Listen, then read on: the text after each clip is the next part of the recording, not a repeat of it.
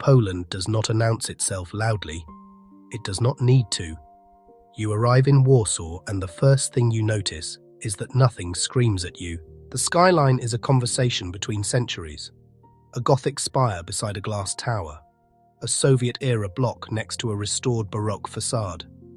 This is a country that has learned to hold many versions of itself at once. Warsaw was destroyed, nearly 90% of it reduced to rubble in the Second World War, and then, brick by brick, painting by painting, memory by memory, the people rebuilt it.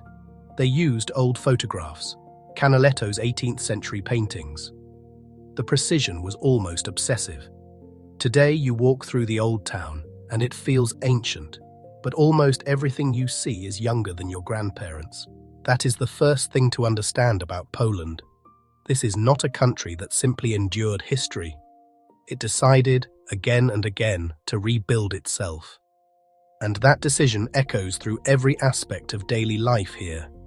The way people work, the way they eat, the way they gather, the way they hold on to traditions that other places have long since let go. If you want to live here, you have to understand that Poland is a country of layers. Scratch the surface and history is never far away.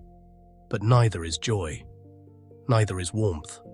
Neither is the smell of fresh bread on a Sunday morning, or the sound of a river running through a medieval town. To live here is to live inside a story that is still being written. So let us take a day, a single continuous day, from sunrise to long after dark, moving across this land of plains and mountains, of cities both ancient and reborn, of kitchens that have kept the same recipes alive for centuries. This is what it means to live in Poland.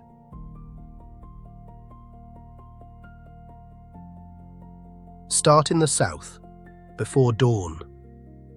The Tatra Mountains rise like a wall at the edge of the country, jagged and indifferent to time. In Zakopane, a town nestled at their base, the air is thin and cold even in summer. Wooden houses with steep carved roofs huddle against the slopes. This is the land of the Goryl, the Polish Highlanders, whose dialect and music and way of life have survived every attempt to modernize them out of existence. You climb above the tree line as the sun comes up, and suddenly Poland stretches out beneath you like a map. Rolling, green, impossibly wide. This is the geography that has shaped everything. Poland sits on the North European plain, a vast flat corridor between east and west. For centuries, that made it a bridge and a battlefield. Armies have rolled across this land in every direction, and the landscape remembers. You can feel it in the openness, in the way the sky seems larger here than anywhere else in Europe. But Poland is not all plains. Drive north from the Tatras, and the land softens into gentle hills, then into the lake country of Masuria. 2,000 lakes, connected by rivers and canals, a maze of water and forests so dense that people still get lost here. In summer, the lakes fill with sailboats. In winter, they freeze solid, and the silence is absolute. Further north still, the land meets the Baltic Sea. The coastline is wide and sandy, dotted with dunes that shift and breathe with the wind. At the end of a long spit of land near Gdansk, you stand on a beach and watch the waves roll in. In summer, the water is cool but swimmable. In winter, the sea sometimes freezes at the edges and the ice crackles like glass. The Vistula River ties it all together. It rises in the Tatras and flows north for over 1,000 kilometers, through Krakow, through Warsaw, through the heart of the country, until it empties into the Baltic. People walk its banks, they fish from it, they cross its bridges every day without thinking about it. But the river is Poland's spine. Everything flows along it, including history itself.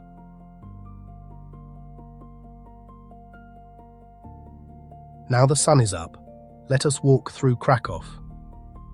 Krakow was not destroyed in the war. Its medieval core stands exactly as it has for centuries, and that changes how people live here. The rhythm of the day is older, slower. Mornings begin with a walk to the bakery, not to a supermarket. The bread here is heavy and dark, the kind that fills your kitchen with a smell that reaches every room. You can follow that smell down a narrow side street at 6 in the morning and find a queue already forming. This is a daily ritual that has not changed in generations. The baker knows his customers by name. He knows who wants the rye and who prefers the wheat. He knows which grandmother is picking up bread for her daughter's family and which student is stretching a budget with the day-old rolls. These small exchanges, repeated thousands of times across the city every morning, are the real architecture of Krakow. Not the spires and the cobblestones, the people. In the main market square, the largest medieval square in Europe, the city wakes up in layers. First the pigeons, then the stallholders setting up flower stands, arranging roses and tulips with the precision of painters. Then the office workers crossing diagonally with coffee cups, moving fast but not frantic. Then the tourists, and then the school groups, and by 10 o'clock the square is a living organism, humming with Polish and English and German and Japanese. Beneath the square is an entire underground museum, where you can walk through the excavated medieval market stalls that once stood exactly where the flower stands sit today. That layering is everywhere in Krakow. The present does not erase the past. It stands on top of it, adds to it, continues it. The thing about daily life in Poland is that it is structured. People have routines and they keep them. Lunch is almost always a hot meal. Soup first, then a main course, often served in a milk bar if you're on a budget. These bar mleczny are a Polish institution, subsidized canteens left over from the communist era that still serve some of the best home-style food in the country for a fraction of restaurant prices. You line up with students and pensioners alike.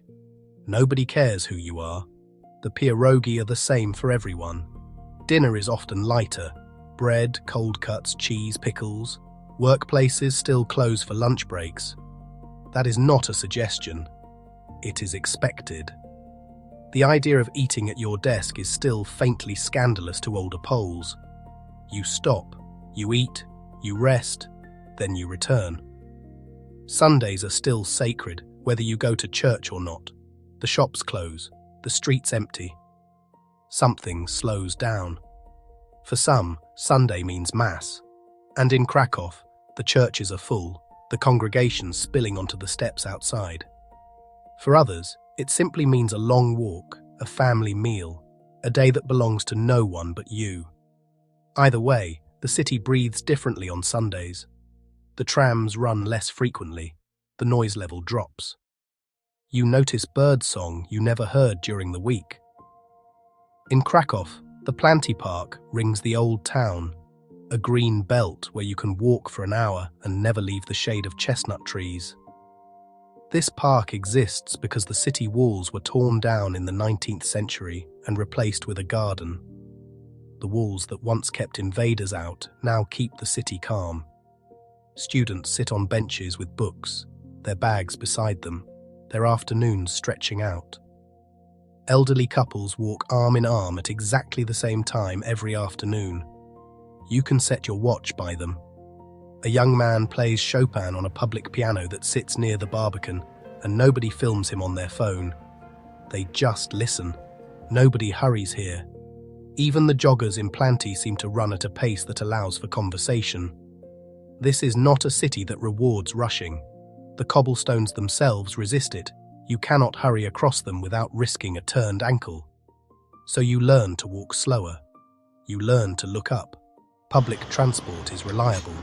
The trams are clean, punctual, and they glide through the streets with that particular electric hum that becomes the soundtrack of your day. People read on trams, they look out the window, they are alone together, and that is a very Polish thing. The comfort of shared solitude. Nobody talks to strangers on the tram. That would be intrusive. But if you dropped a glove, someone would pick it up and hand it to you without a word. They noticed. They just do not need to make a conversation out of it. The weather dictates everything. In summer, Krakow spills outdoors. The riverbanks of the Vistula fill with people drinking beer riding bicycles, sprawled on blankets. The Wawel dragon statue breathes real fire every few minutes, and children scream with delight. In winter, the city contracts. People move from heated tram to heated cafe to heated home, and the streets between them are crossed quickly, shoulders hunched, breath visible. The cold is not romanticized, it is endured. But the endurance carries a kind of pride. You made it through the winter. Spring tastes sweeter for it. By mid-afternoon, the square is at its fullest. The trumpet call rings out from St. Mary's Basilica on the hour, the Hejnał Mariaki, a melody that cuts off mid-note. Legend says a trumpeter was shot through the throat by a Mongol arrow while sounding the alarm in the 13th century. The tune still stops abruptly today, a living memorial, a reminder that history is not abstract here. It is a melody that breaks off before it finishes, every hour, every day, forever. This is daily life in Krakow. It is not glamorous. It is not fast. It is a life built from small, repeated pleasures. The bakery at dawn, the tram at noon, the park bench at dusk. A life where you are never far from the past, but never trapped by it either. A life where the rhythm has been set by centuries, and you simply learn to move to it.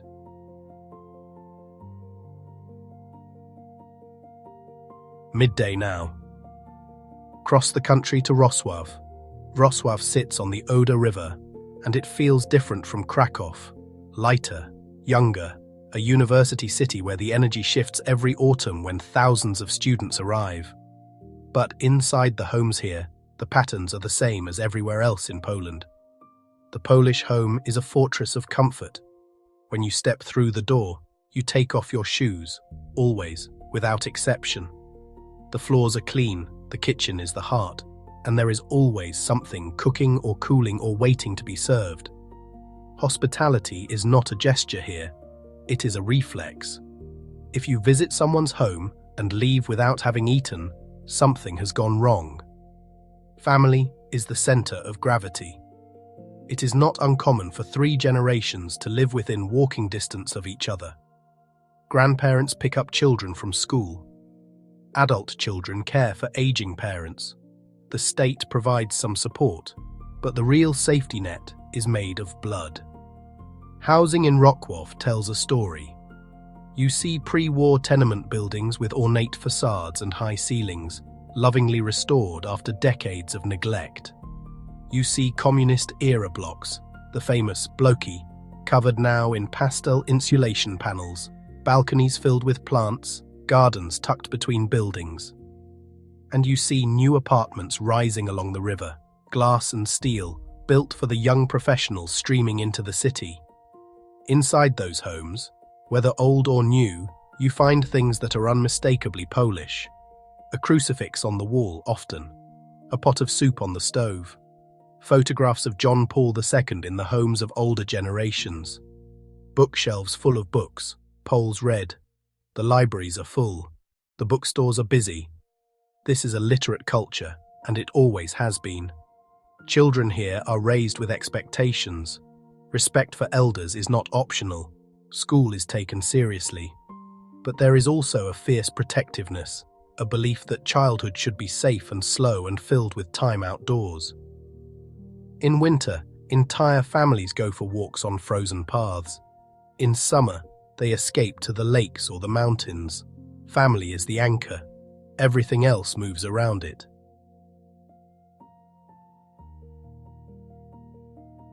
Afternoon. The hunger sets in. Come to Poznań. Poznań is a city of merchants, and its food reflects that. Hearty, practical, unpretentious. The old market square is famous for its mechanical goats that butt heads at noon on the town hall clock, but the real magic happens in the kitchens. Polish food is not light. It was never meant to be.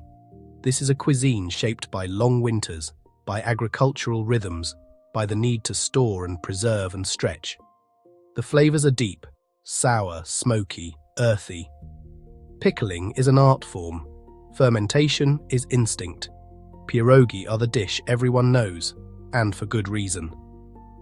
dumplings filled with potato and cheese, or sauerkraut and mushroom, or meat, or sweet farmer's cheese, or blueberries in summer. In Poznań, you find them served with a drizzle of browned butter and a dollop of sour cream. One bite, and you understand why this dish has survived centuries. But there is so much more. Bigos, the hunter's stew, simmers for days. Sauerkraut, fresh cabbage, multiple cuts of meat, dried mushrooms, prunes, a splash of red wine. Each family has its own recipe, and each family believes theirs is the only correct one. Żurek, a sour rye soup served in a bread bowl, with a boiled egg and a coil of white sausage. Borscht, a deep red beet soup, clear or with tiny dumplings floating in it. Kielbasa, that snaps when you bite it. In Poznań, the St. Martin's croissant is the local treasure, a pastry filled with white poppy seeds, almonds and raisins, made only by certified bakers according to a protected recipe.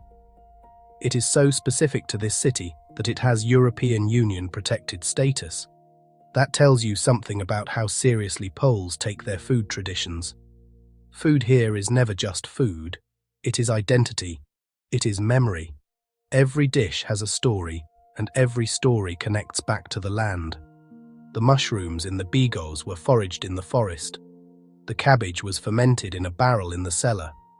The bread was baked this morning from flour milled nearby. There is no distance between the soil and the table. Eating is a social act. Meals stretch for hours. Conversations continue long after the plates are empty. Vodka is poured, but always with food. Never alone, never without purpose. A toast is made. Eye contact is maintained. These rituals matter.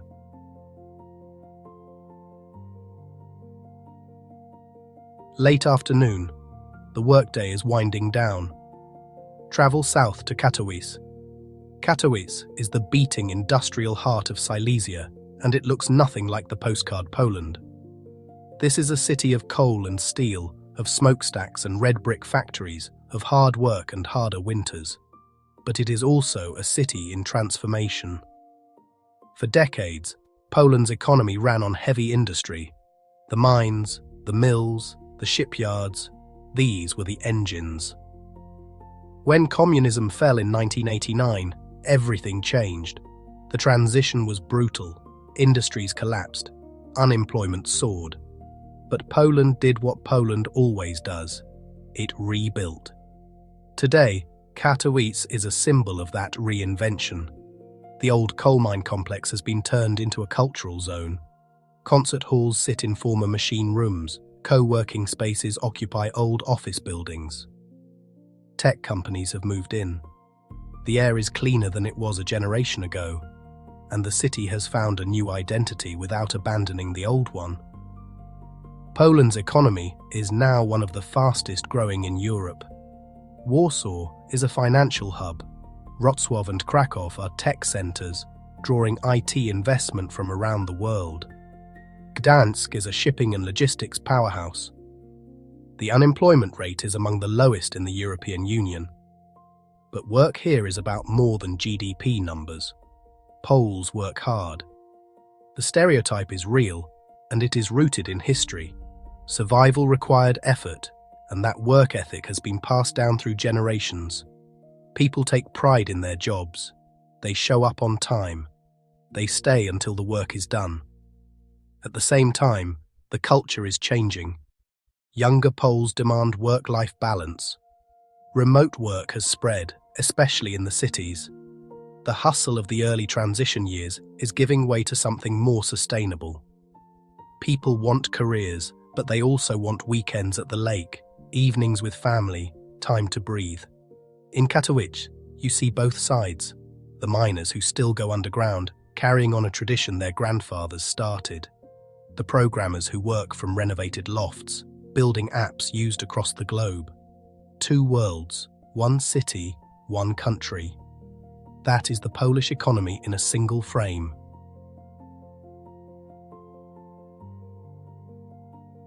Evening falls. Let us go east to Lublin. Lublin is a city of festivals. of cobblestone streets that fill with music and food stalls when the weather warms, of students who spill out of the universities and into the old town squares, of traditions that feel ancient even when they are being performed for the first time. Social life in Poland revolves around the calendar. The year is marked by celebrations, each one a reason to gather. Christmas is the biggest, and it begins not on December 25th, but on Christmas Eve, Wigilia. The family gathers. 12 dishes are served, none of them meat. An empty chair is left at the table for the unexpected guest. Carp swims in the bathtub for days before becoming dinner. Wishes are exchanged along with the opłatek, a thin wafer stamped with religious scenes. This is not a holiday you observe. It is a holiday you live inside. Easter is almost as important. The baskets of food blessed on Holy Saturday. Bread, eggs, sausage, salt, horseradish, a lamb made of butter or sugar. On Easter Monday, Śmigus Dingus. Young people drench each other with water, a tradition so old nobody is sure where it began. It is chaotic and joyful and absolutely Polish. In Lublin, these traditions feel especially vivid because the region holds so many layers of history. Jewish culture was woven into this city for centuries. Orthodox influences come from the east, Catholic traditions from the west. The result is a city that feels both singular and universal, a place where the question, "Where are you from?" has many answers. But social life is not only about holidays, it is about the everyday gatherings. The Sunday walk, entire families dressed up, strolling through parks, eating ice cream, greeting neighbours.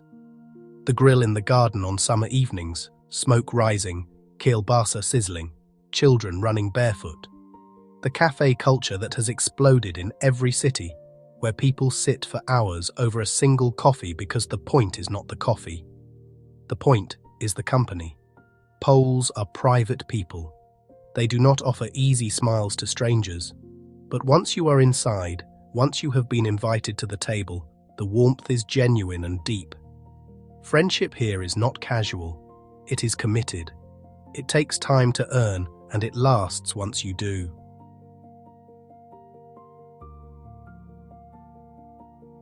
It is not all pierogi and festivals. No paradise is without its shadows. Łódź is the right place to talk about this. Once a textile powerhouse, the Polish Manchester, it fell hard after the factories closed. For years, Łódź was a symbol of decline. Empty buildings, crumbling facades, the longest pedestrian street in Poland, lined with shuttered shops. Today, it is reviving. Artists have moved in. The old factories are now lofts and galleries. But the revival is uneven, and that unevenness is the Polish challenge in miniature. The cost of living has risen sharply in recent years. Housing in the major cities is increasingly out of reach for young people. Warsaw property prices have soared. Krakow and Wrocław are not far behind. Many young Poles live with their parents longer than they want to, not always by choice. The healthcare system is strained, public hospitals are underfunded, and wait times can stretch for months. Doctors and nurses have been leaving for higher salaries in Western Europe for years, and the system feels the loss. The air quality is a genuine problem. Krakow and much of southern Poland have some of the worst air in Europe during the winter, when old heating systems burn coal and the smog settles thick in the valleys. The government has introduced measures, subsidies to replace old stoves, restrictions on burning. But change comes slowly. Politics is divisive. The country is split between urban and rural, young and old, progressive and traditional. The debates are passionate and often exhausting. Poland has been through enormous political transformation since 1989, and that transformation is ongoing. People are tired, people are energized, sometimes the same people depending on the day. The weather tests your spirit. November is especially cruel. Grey skies, damp cold, early darkness. Seasonal depression is real, and Poles have learned to endure it with hot tea and patience, and the knowledge that spring does come every year eventually. And yet, people adapt. They find ways. In Łódź, residents planted community gardens in abandoned factory yards. In Krakow, activists pushed for and won a ban on coal heating. Across the country, young Poles are returning. Those who left for London or Berlin or Chicago are starting to come back, bringing skills and capital and a belief that the future can be built here. The challenges are real, but so is the response to them. That is the Polish way. You face it. You do not give up.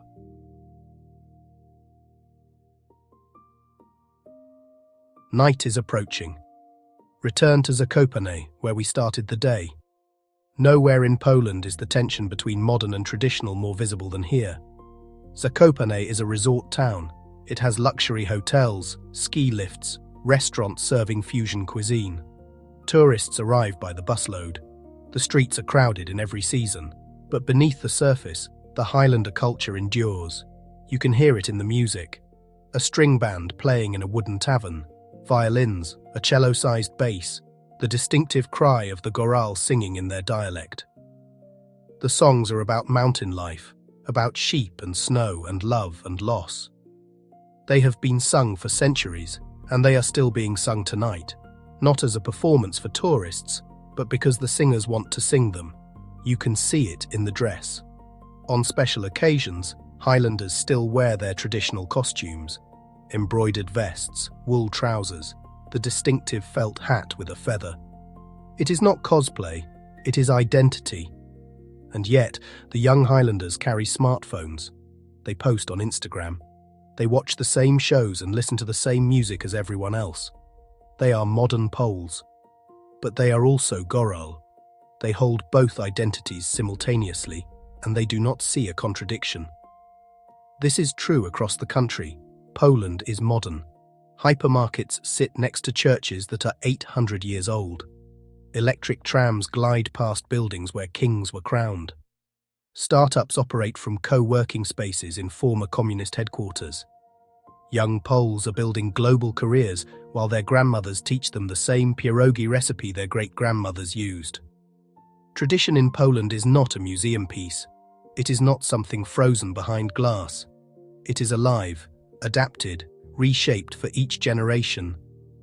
Christmas Eve still requires 12 dishes, but now one of them might be vegan. Weddings still last 2 days and involve midnight dancing and a soup served at 4 in the morning, but the playlist might include Dua Lipa. The forms persist, but the content evolves. That is the balance Poles have found. You do not have to choose between what your ancestors gave you and what the world is becoming. You can carry both. You can be a Highlander with an app, a grandmother who texts, a young professional who still blesses the Easter basket. This is not contradiction. It is continuity, dressed in new clothes.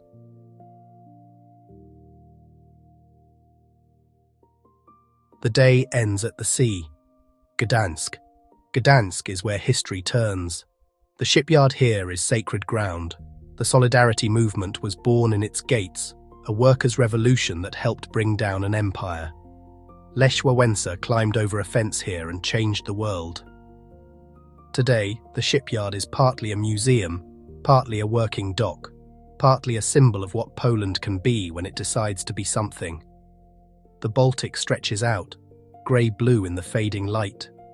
Behind you, the old town glows amber, rebuilt, like Warsaw, from photographs and paintings, from stubbornness and memory. The crane gates of the medieval port still stand, dark against the sky. Why do people stay here? Some will tell you it is the food, the taste of their grandmother's bigos, the specific way their mother makes jurek, the blueberries they picked as a child that still grow in the same forest. You cannot get these things anywhere else. Some will tell you it is the people, the friends they have known since primary school, the neighbour who brings soup when someone is sick, the community that shows up, always, without being asked. In a world that feels increasingly disconnected, Polish community is a countercurrent. Some will tell you it is the land itself, the way the light falls across the Masurian lakes at dusk, the first snow on the Tatra peaks, the endless, open sky above the plains. You leave, you travel, you see other places, and the landscape of home pulls at you like a current you cannot resist.